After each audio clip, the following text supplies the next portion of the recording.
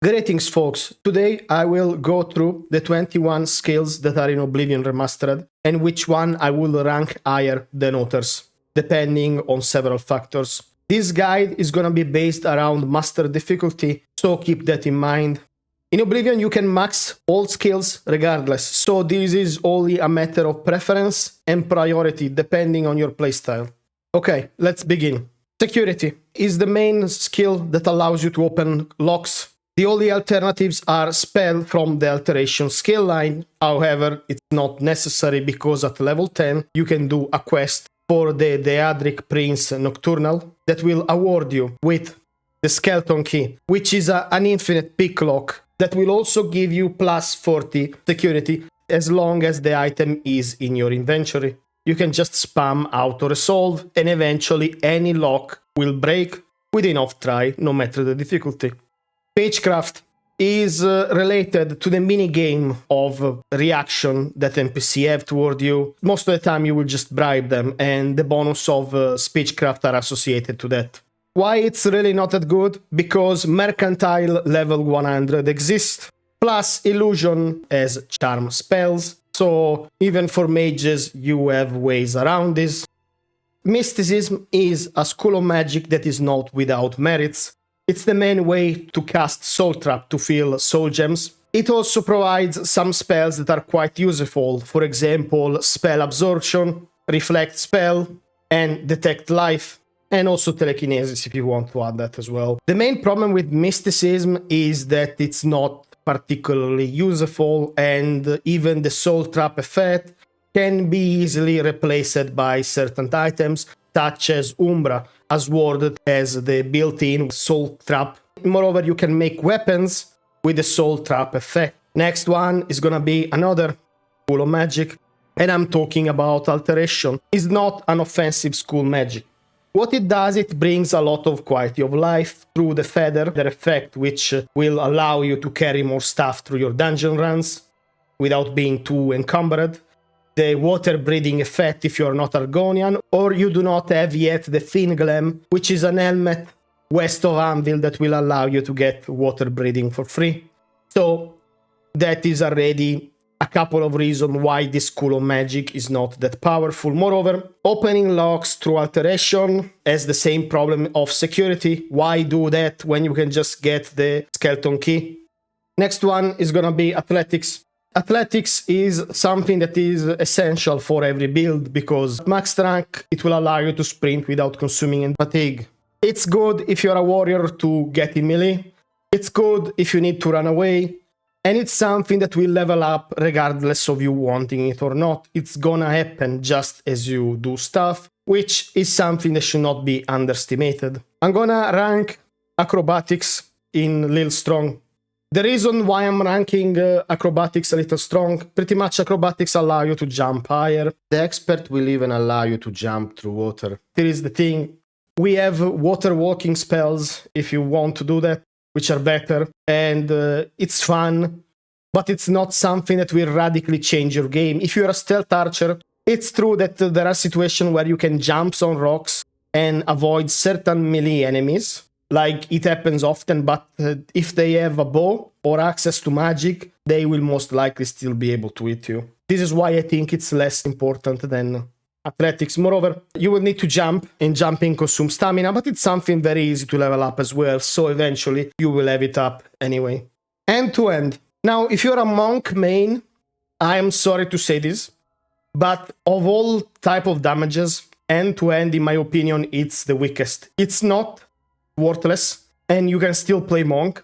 However, Monk has two problems. One, while you can equip a shield and still get that shield enchantment bonus, and if you do not believe me, try it and look at your tooltip, it will be active, even though you're not using it. You cannot use the shield armor benefit, so it's almost like not having it. Plus, end-to-end doesn't scale as well as the other abilities, and it's a melee playstyle, so in Master it's gonna be extremely risky. Mercantile. Mercantile bring two benefits. One is quality of life. If your Mercantile is super low, you will have to look at specific vendors to sell specific items.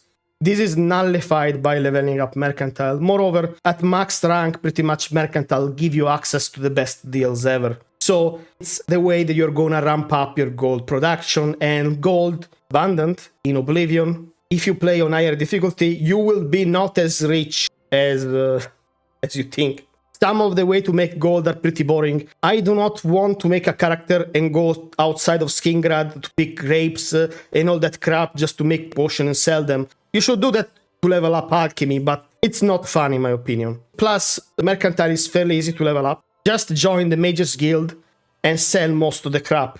You will see how important Mercantile is when you are encumbered. You are slowly walking across a city looking for a general vendor because you picked 200 books from the Mages Guild and no NPC buys them except that one. Stealth. Yes, even in Master. Stealth Archer unfortunately falls off pretty hard if you play Master. However, Stealth Archer doesn't become weak, it just becomes more complex. It means that you need more investment, and I'm talking about gear. The main way to become a Stealth Archer in Master is to stack up Chameleon. However, you don't need 100. If you ideally are around 70 with very high sneak, it's gonna be almost as good. So you will be very effective. To get Chameleon easy, there are two items you can get in game. One is the Ring of the Khajiit from one of the Daedric Princess quest, and the other one is a ring sold in Imperial City Market, the jewelry store. However, gonna be quite expensive, especially if you start out, so you will not get that out immediately. With those, you should be around 50 Chameleon. If you combine them with potions or skill from illusion, then you're pretty much good. And that should be enough, especially if you have sneak maxed. Plus, maxing sneak actually increases your damage. Getting sneak at 100 is the priority on any stealth character. You will see the difference immediately. Also, getting sneak up is super easy as well. Just sneak while an NPC is sleeping, or if you want to do that into tutorial around rats, feel free to do that. Next one is gonna be illusion.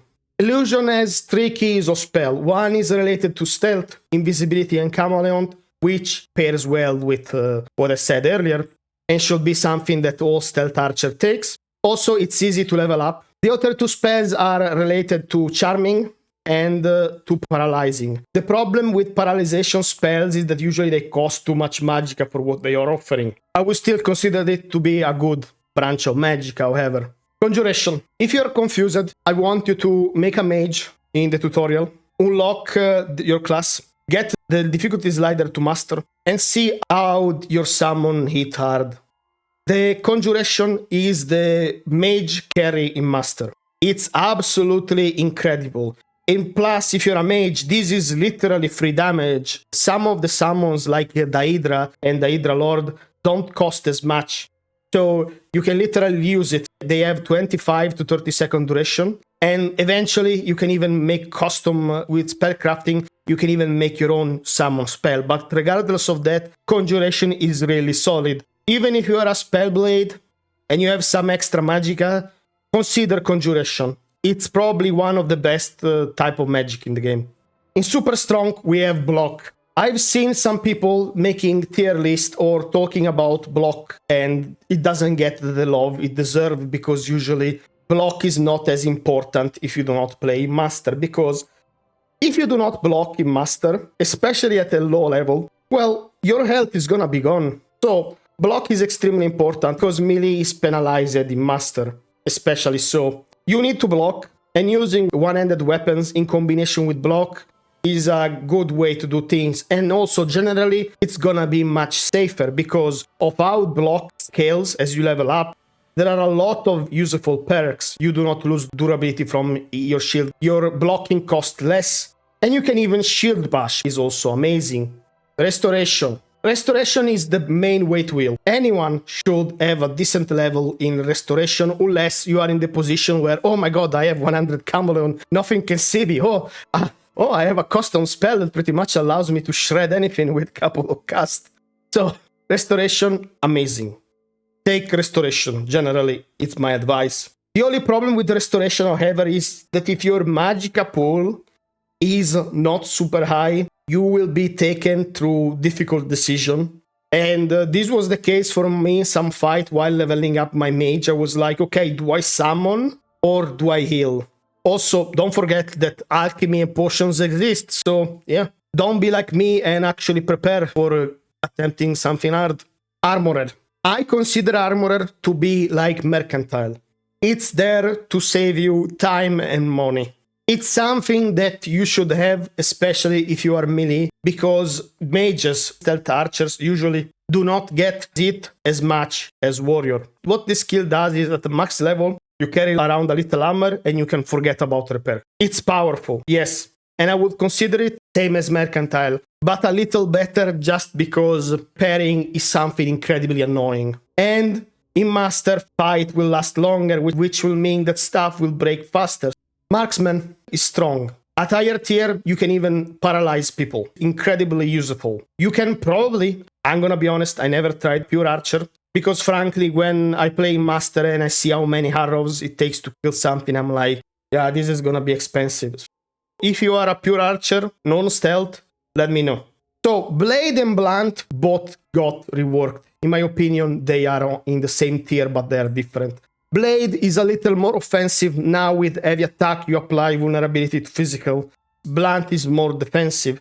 Consider Marksman, Blunt, and Blade all on same level, because they are different. Also, they have a similar scaling, and more likely, if you are a warrior, you can easily get both and switch depending on the gear and situation. We got our Alchemy. Alchemy is broken. Alchemy is insane. The problem with Alchemy, and I'm talking about potions, but also poison. And poison pair perfectly with Stealth Archer. Alchemy is amazing. Before it becomes effective, you need it leveled up. And then you want to find all the master tools, which are random drops, I think, after level 16 through dungeons. If I'm wrong, I'm sorry. I'm not 100% sure about this. I'm basing my knowledge on past memory. And moreover, any build can use Alchemy. So its Alchemy is so high because it's universal. Now, let's talk about armor. There is a misconception about armor that I heard from some people. And the exact position of armor is difficult for me to tell you. Because heavy armor and light armor at the same skill level, at the same tier of gear at the end, I'm talking about the latest tier, which I think is Elven Glass, for light, and then Daedric, and what is the other one? Ebony. They're gonna provide the same amount of mitigation. So one is not better than the other. What is the main difference? The main difference are gonna be unique armors, and heavy armor is gonna take less repairs. And that is it. So heavy armor is not better than light. At max investment, they are the same. The difference, however, is how do you get that max investment? Because you do not create a character with 100 heavy armor or light armor. They are different playstyles. Pick the one that you like the most. Okay, last one is Destruction. Destruction in Oblivion is amazing, especially thanks to the weakness spells and the crazy hijinks that you can do with spell crafting. Moreover, leveling Destruction is not particularly hard. There are several ways. You can use custom spell crafting to use disintegrate on self and then repair weapon, and then you can level up both armorer and Destruction at the same time. You can do so many things with Destruction. The only downside of Destruction is that it's a very spammy school of magic. If you go pure mage and you cast Conjuration, then you will most likely use the rest of your magicka for Destruction, because it's just so effective. Destruction, in my opinion, is probably the type of damage that scales the best. Okay, to conclude, in case you used the timestamp and skipped the entire video, I do not blame you. I'm usually bored to listen again to my own videos, so it is what it is. Sneak is amazing if you pair it with Chameleon, just because you become undetectable. You want at least 75 Chameleon if possible. There are different sources. You have potions, you have illusion spells, you have gear. Block is amazing, Shield Bash is amazing, Restoration is universally good for everyone. All type of weapons beside end-to-end are good. Heavy armor and light armor difference hardly matter, especially if you have armor at leveled up. So do not worry about that. Conjuration is free damage. Every mage should take at least a conjuration spell. There is a reason when you fight NPC, they cast conjuration at you and then they start to hit you with spells. You should probably learn by looking at them. Thank you for watching. If you enjoyed this video, please leave a like and subscribe. Have a good day. See you.